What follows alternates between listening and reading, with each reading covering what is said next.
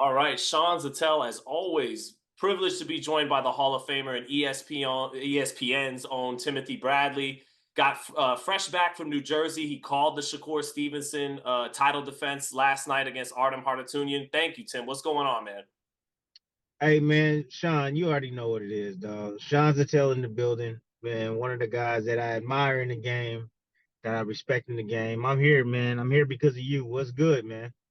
Well, a lot to unpack from Shakur Stevenson in the ring, out of the ring, promotional wise.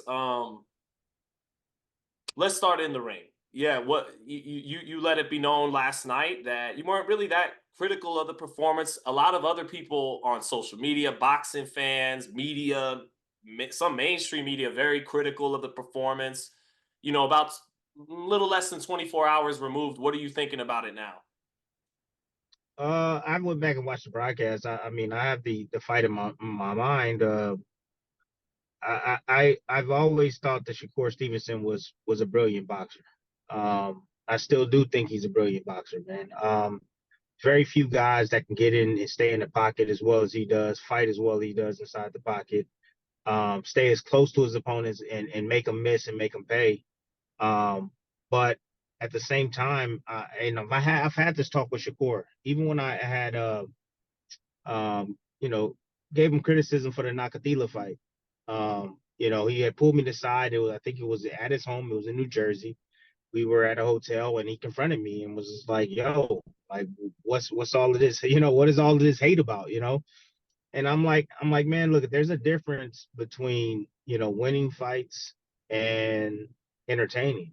I said you got to find a fine line. You got to find a balance. And he's in that situation right now. The same situation that I saw when he fought against Nakadila. It's the same thing. It's like, you know, I changed my boxing style. Okay, I came out of the amateurs. I was a fleet-footed boxer. I danced around. Shoe shine, moved around, and I changed my style. And the reason why I changed my style is because my trainer Joel Diaz said that in order for you to people to want to see you, you gotta perform. They want to see a fight. They don't pay to not see a fight. And he was just like, you got to get more aggressive. You can box, but you got to be more aggressive. And so we worked on that, man. That's what we worked on. And I saw a tweet, something about, I don't know the exact tweet, but it was something about like you had 12 knockouts in your career, Tim. How could you basically he's saying is like I wasn't a big puncher, so how did I get respected? I fought, man. I fought. I went in there, I threw punches and bunches. I took chances. And I think that's what people need to see. They want to see him take more chances, not get hit more, but just take more chances, man. Um, the fight itself, there were times where he could have stepped on the gas a little bit more, and he didn't, because Shakur is just defensive minded type of fighter, man. That's what he is. And that's part of his brilliance. However, it's not appealing to the fans because the fans are not seeing him get hit, one, and he's not knocking anybody out. Yeah, he's touching them, he's getting out the way, but he's not knocking or hurting guys or knocking them out. And the fans, these fans today, that's what they like. That's what's appealing to fans today. I mean, since MMA has come on the scene heavy, fans are used to all out brawls. It don't matter if you know how to punching technique or skill. Like, as long as you knock the motherfucker out, that's what all they matter. That's all they care about, right? They're using 4-ounce gloves and they just in there just throwing bombs, and next thing you know, a guy gets clipped and he's knocked out. It's over with. So fans, boxing fans, and just combatant fans or combat fans in general, that's what they're getting used to. So when you get a guy like, let's say Sugar Ray Leonard, you think Sugar Ray Leonard? Well, I would say he would be somewhat appealing even today because he did have that dog and he will step to you. But all that movement that Sugar Ray would do early on before he actually step on the gas, bro, like I think that'd get booed today. I would say somewhat of a Pernell Whitaker as well with a lot of that movement. I know he again another dog, someone that can stand there and actually trade and want to get you up out of there. Like he might get a little booed if he gets on his back foot and start boxing and trying to look cute. Or They I booed mean, Ali at even times. I mean, yeah, I mean, Ali the same thing. But I'm just saying, man, like Shakur is in a situation where he's so damn good and he talks about it, but the fans don't believe he's that good because they don't see the greatness in him. He's not the guy to have that explosive power. He's not a guy that is like super fast or, he's quick, but he's not like fast like an Amir Khan with blazing combinations or anything like that. Like, he with the athleticism that he has, he's mastered his skill, in that department, man, so damn well that it's somewhat boring. It's somewhat boring to watch, for the fans at home. They want to see blood, they want to see action. Um, Shakur doesn't bring that, at the end of the day. It is what it is, man. Shakur, I'll just say this. I'm gonna just say this to Shakur, man. You can't blame anybody. You can't blame these fans. These fans are the ones that are paying the ticket to see you fight. These fans are tuning in, and giving you their time on air at their homes when they can be doing something else. You know, they're going to say something about it, and you have to accept it. You don't have to necessarily agree, but you have to accept it. Just the way that the fans also have to accept the fact that this is the way you fight, and they can make a choice to say, "Hey, I like the way you fight, and I want to watch you," or not watch you at all, or not come to you, or not come to your fights. So it's hard, man. It's hard because I like the kid, man. Believe it or not, I like the kid, man. I think he's, I think he's starting to go off the rails right now. He's starting to go crazy, and I think he's doing it purposely because he's going at everybody on Instagram and Twitter and so on and so forth. Because I think he's trying to take the villain role. He's trying to take the villain role now, and that's going to boost his notoriety, and that's going to create hate. And people, when you start hating somebody, you start watching them even more at the end of the day. So, but for the most part, I think the kid is pretty respectful. I think he's pretty honest. I respect his skill set. I have a job to do myself at ESPN. I know he said something about as far as like, oh, but the coffee thing that I did at the beginning. Well, I did need a coffee at the end of the night. I mean, the last fight that you put on, I mean, it was boring. It was, no ands and buts about it. But I can tell you this, I thought I was fair. I didn't tear you down. This fight, I thought I was fair. I didn't tear you down. I was fair, man, and honest, and gave my honest assessment on what was going on. And I did my best to try to educate the fans on the brilliance of boxing because I don't want the brilliance of boxing leaving the game. Yes. I want the brilliance of boxing to still be at the forefront of the game, bro. Still be respected, man. You And know, valued. Right. and valued. Yes, because there's something to be said about that. Because you fought. It's harder to fight the way Shakur fights than to just go in there and throw punches. It's hard. It really is. So, And you have to be gifted to do that too. There's some guys that could train all day and night and they're not going to be slick like that. You have to be gifted. yeah, Yeah. yeah, and he is, and he's honed his skills. And it's sad to see the kids go off on his rails, man. You got to stay off of social media, man. You got to stop caring about all this stuff, man. Like you just got to tend to your business and just continue to win and dominate, man. That's it. At the end of the day, I mean, you don't have to bicker with this person and bicker with that person. And I get it. You trying to create yourself and become a villain or whatnot, man. But like you're wasting your time, man. You're wasting energy. You're not gonna win on the internet. You're not going to win those battles. You're not going to win those battles on Twitter. People are going to continue to talk about you. And as long as you continue to say that you're the best and go in there and fight the way you fight, which I think is brilliant, but at the same time, it's not appealing to the fans, man. They're gonna have their opinion about you, and you just have to accept it. It is what it is.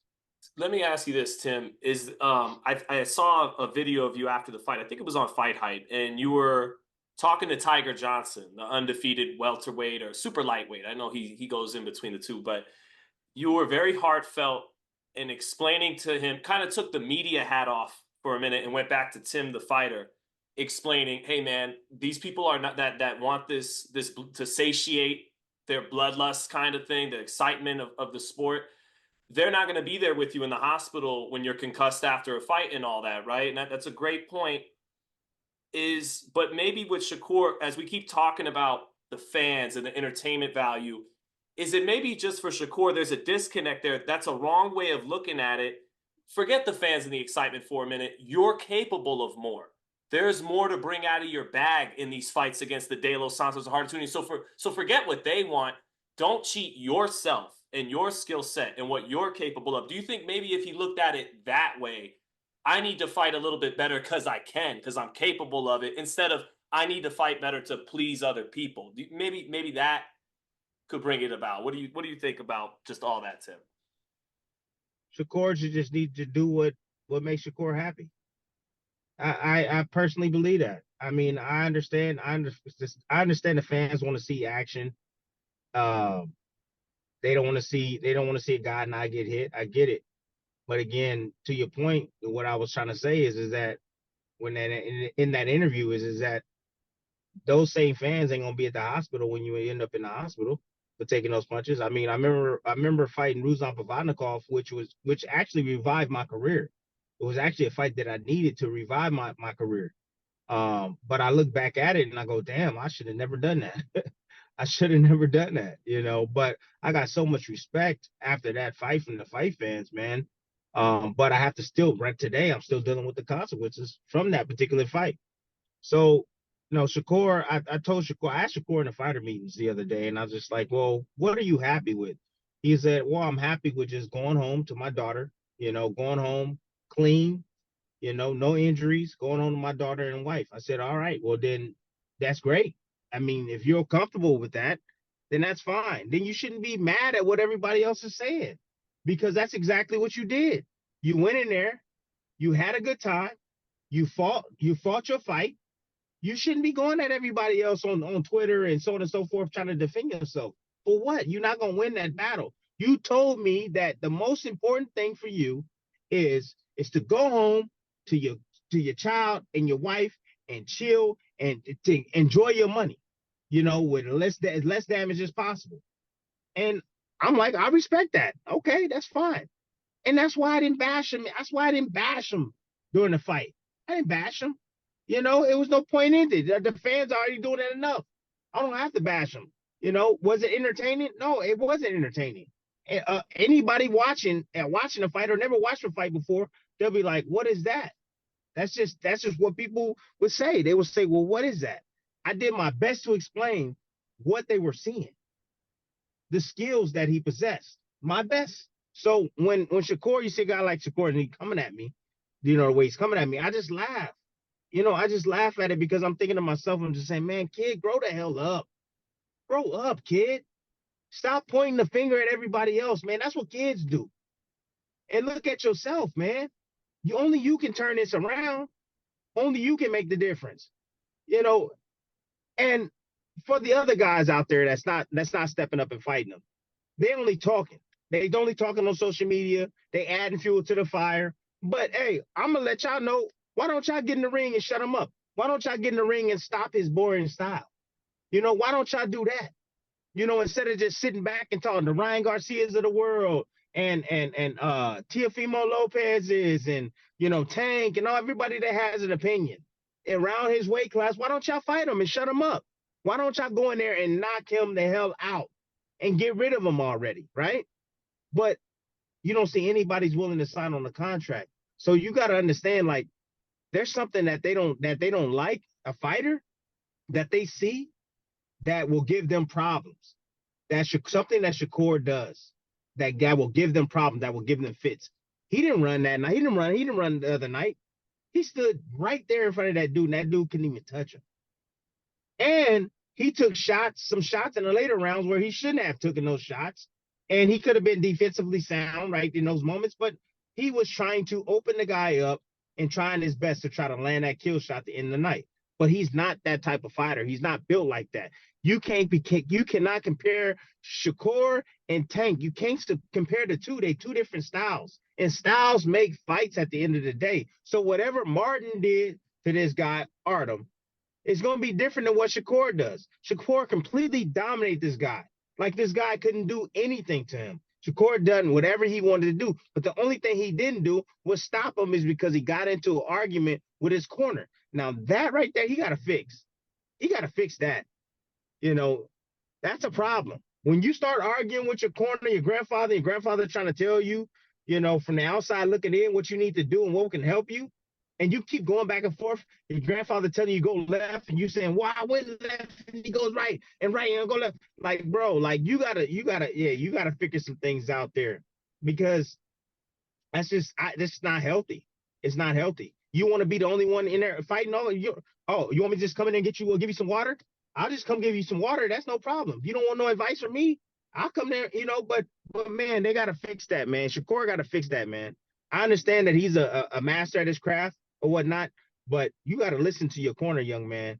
And stop being a brat, maybe he man. wants the Roger Mayweather advice. Keep doing what you're doing. And look, man. Right now, the kid is looking like a sour. Seriously, he's looking like a brat. He really is, man.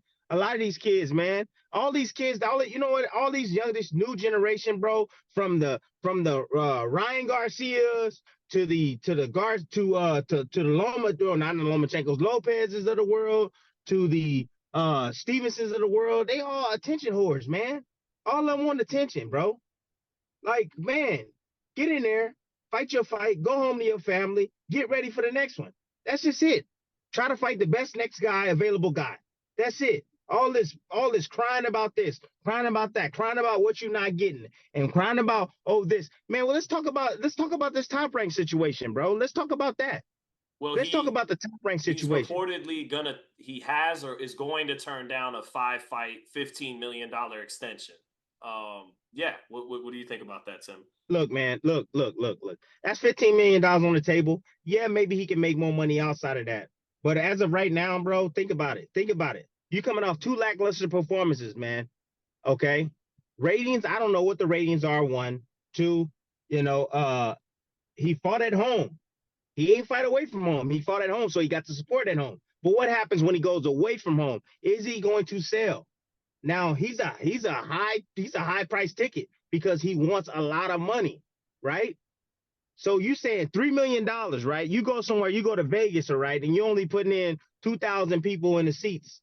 That's not a whole hell of a lot. And the arena fills 10,000. That's a problem. 5,000 is a problem. You're making $3 million. That's a lot, bro. Like you're paying someone a lot of money when they're not producing. Think about that. If he was producing and he had the viewership and he had the fanfare to go along with him, then I understand. But it's like this kid has had a silver spoon in his mouth his entire life. And he feels that because he's so skillful and he works hard. And I get it. Every fighter needs to be able to get paid and get paid that money, right? Because they work so damn hard. He's an Olympic silver medalist. I get all of that. But if you're not enlightening the people, if you're not filling the seats, if the people are not excited to see you, bro, you can't demand that type of money. That's just business. No one's going to be willing to lose money on you just because you want to get paid at the end of the day. So if $3 million is not enough, what's enough? That's just a baseline. That's just a flat base purse saying that like, hey, this is where we start. That don't mean this is where we're going to be. That just means this is where we start. You can get $5 million. I remember I had a $2 million minimum. I got paid $5 million for PAC. I got paid another 6.5 another time for PAC. Like that was my base. But these fighters need to understand also, and the fans at home, every fight, mainly the fighters, every fight is not created equally. A lot of these fighters today don't want to go backwards. So if you make $25 million and now you're making 4 or 3, they have a problem with that. It's like, bro, you made $25 million to fight, let's say, I'm going to say Crawford Earl Spence. $25 million to fight Earl Spence. Now, you're not going to make $25 million to go fight the kid that Crawford's fighting, Magmadov or whatever, Magmadov. You ain't going to make 25. Oh, no, the Saudis got those deep pockets. They might overspend a little bit, but you ain't making no $25 million for that fight, man. No, not ain't that no much. Way. Not that much, but yeah. No. Every fight is not created equally. These fighters feel that like, hey, I made $25 million in my last fight. well, I want to make 27 million now. That's not how it works. Right. You get paid for the quality of opponent that you face and the market value that you guys bring. So if you fight a Tank Davis, a 25% of fight a Tank Davis is different than a 25% and facing a Devin Haney. It's completely different because Tank brings bodies to the table. He brings people in the stands, bro. They come and watch that dude fight. So Shakur needs to understand that. It's okay, man. $3 million, $15 million left on the table, bro. That's for sure money right there. And you with a promoter that has built your favorite fighter. Who you think built Mayweather? Top Rank. And I know people argue and say, well, he left Top Rank and that's when he made his most money. Who built him? Who got him to where he was at to be able to go make more money? Top Rank. Okay. Who did De La Hoya? Who built De La Hoya? Top Rank. They spent the time building him to what he is. Okay. And he took it to another level. That's fine. But do you think Shakur is there yet? I don't think he's there yet, to be honest with you.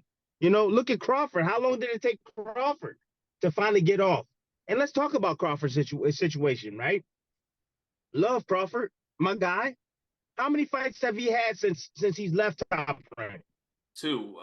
Avanesian in what was that? Around Christmas time, Thanksgiving time, 2022, and then Spence last year. So this will be his third fight since beating Porter in November 2021.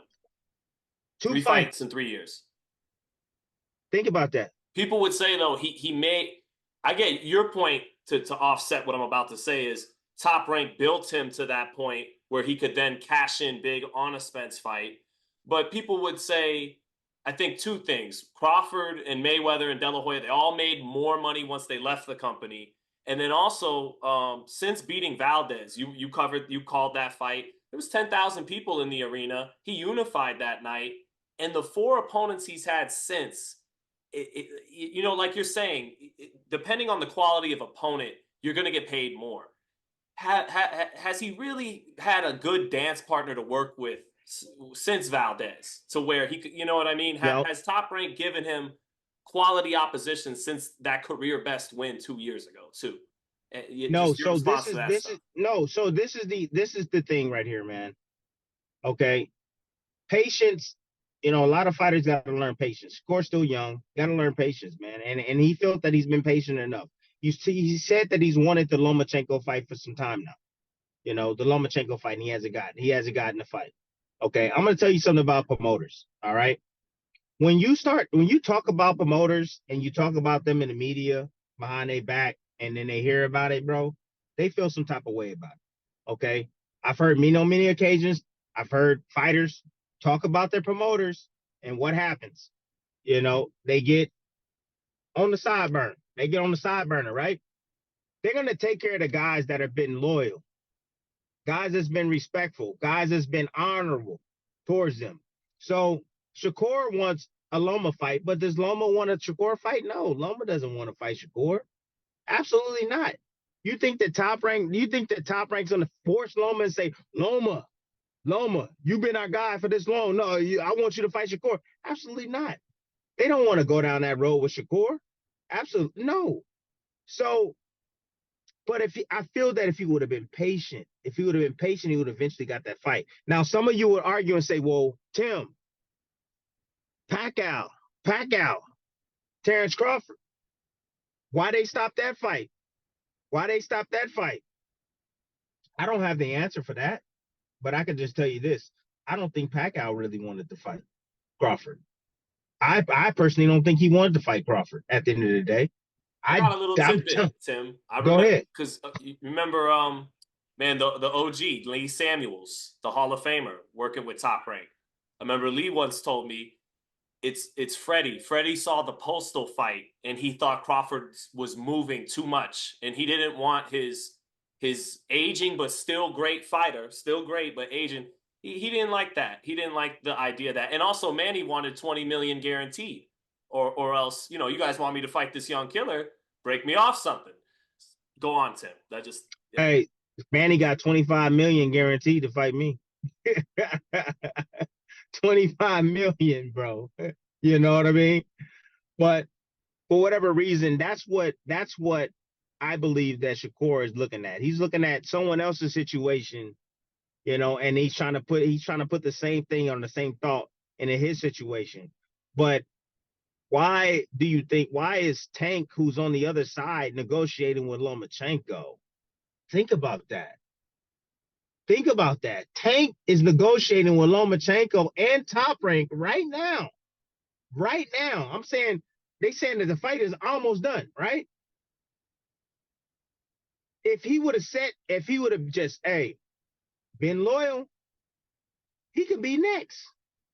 He can be next. No problem. Right? Then they just got another guy who is Baranchik, Top Rank, who beat Navarrete, another champion. Got another option right there. The options in the titles are with TR. That's where it's at, right there. $3 million that he could have got and received. He got a fight date. He got protection from his promoter. Now, not having a promoter, not knowing where he's gonna go. I hope they got a plan. I really do. I just hope they just not out there just testing the market. I hope that they've already got some people that's already lined up that's willing to pay them the money that they want. I hope it's that way. Because when you're just out there on your own, bro, like people don't realize, like who gonna put up the money? Now you're freelancing. You still got to go with some sort of promoter because the promoter is gonna have to put up the money for the purses. So if you don't have a promoter, who's gonna put up the money? That did just, to your point, that did just happen to Devin in the Sandor Martin bid. Devin was without a promoter, and so now he's got to deal with the prospect of maybe being really underpaid or become champion of recess. And see, yeah. Devin was one of the smartest guys, and he built himself up from the ground up. Right. But not having that promoter is the reason why Devin's in the situation that Devin is in right now, versus someone that had a promoter. Now he made good money. Congratulations. But now he's in a situation now where he don't have that backing. He don't have that support. And he's taking a year off now, So I'm just saying, man, it's not, the grass isn't always greener on the other side. And I understand that Crawford made a ton of money, but your situation is a little different than Crawford's. You're in a different situation, man. You really are. And you should look at that and not just take people on their word, man. I really do hope that Shakur has a plan and his team. I hope they do. I hope they already have something in store for him right away, and he's gonna get paid the money that he feels that he deserves. But any promoter out there, man, I'm letting you know right now, I don't think they're gonna be too high on wanting to sign Shakur, because nobody wants to watch him. That's difficult. Nobody wants to lose money, man. And this is coming from the fans. This ain't coming from me. This is coming from the fans, brother. Not me. All right. Well, I had something there and then forgot my train of thought. Man, it's all good, man. It's all good. But all I'm gonna tell you is that. Well, no. Now I remember. So go ahead, Tim. Yeah. No. Go ahead. It just sounds to me like to boil down the summary of your point with Shakur and Top Rank is that you don't know, like you're not saying you have to be with Top Rank for the rest of your career, but you're not at the point Mayweather was when he left Top Rank, De La Hoya was at, or even Crawford, who was undisputed 140 pound for pound number one in the lot. Is that basically the point, Tim? That's the point I'm making, man. It's not. I don't think it's time yet. And the one thing you said a while back, but I would say the last time you had asked me a question is that, yeah, the better the opponent, I think the better Shakur we get. Absolutely. And did they give him, top guys? That how can you when guys don't want to fight you? He's in a similar situation, I would say, in a sense to where guys don't want to fight him, similar to where Crawford was. Guys don't want to face him, bro. They don't want to fight him. They don't want to fight a ghost. They don't want to fight a ghost there, bro. I mean, it's humiliating, bro, to be in there throwing punches and missing all these damn shots and get hit upside your head with shots. It sucks. Well, De Nobody La wants to get Hoya, embarrassed like he's that. got Zepeda who got that knockout over the weekend. Bad boy in his own right, but for months he was talking about why not? We could do Zepeda and Shakur. Why not? Now that the time's really here, he's talking about Baranchyk. Like, so to your point, it's hard. Of course, you'd love to make a Zepeda fight, but Team Zepeda doesn't want to fight you. Yeah. Yes. Yeah. So that's going on. That's going on.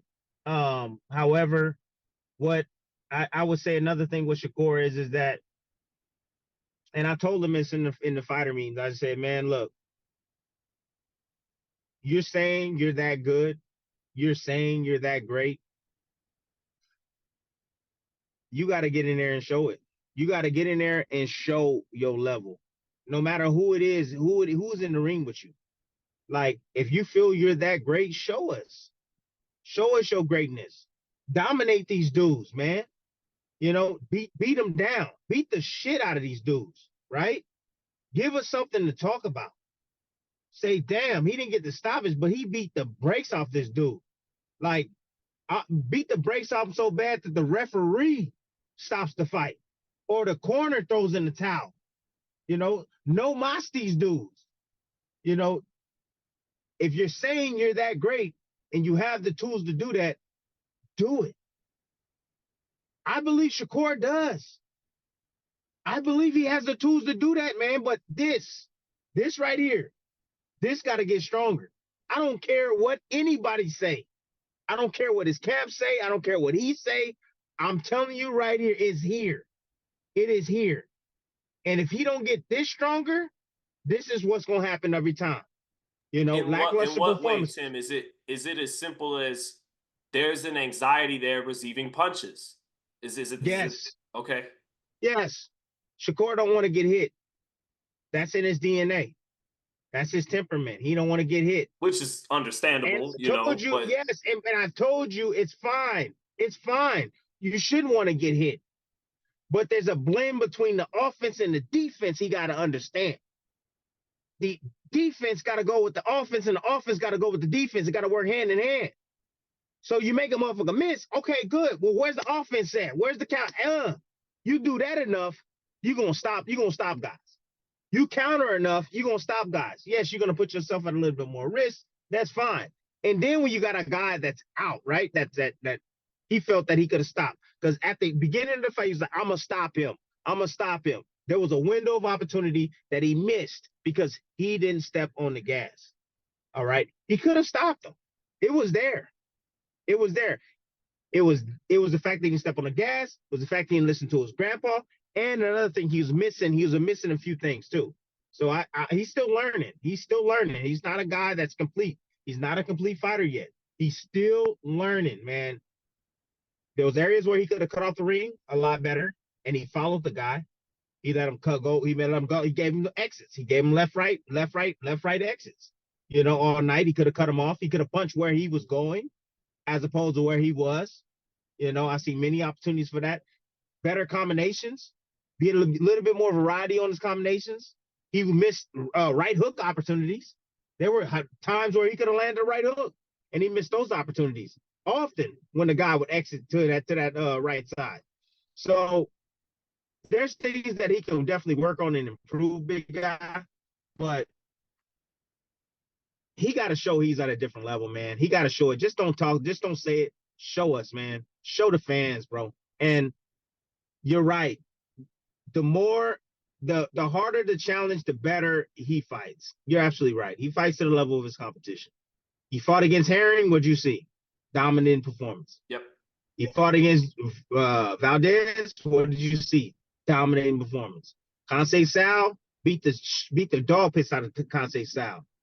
So you put a guy in front of him that gets his blood boiling, and he knows he got to step up. I think he steps up. But if you put him in there with a dud or a guy that's not that good, this is what's going to continue to happen. You're absolutely right about that, man. You're right about that.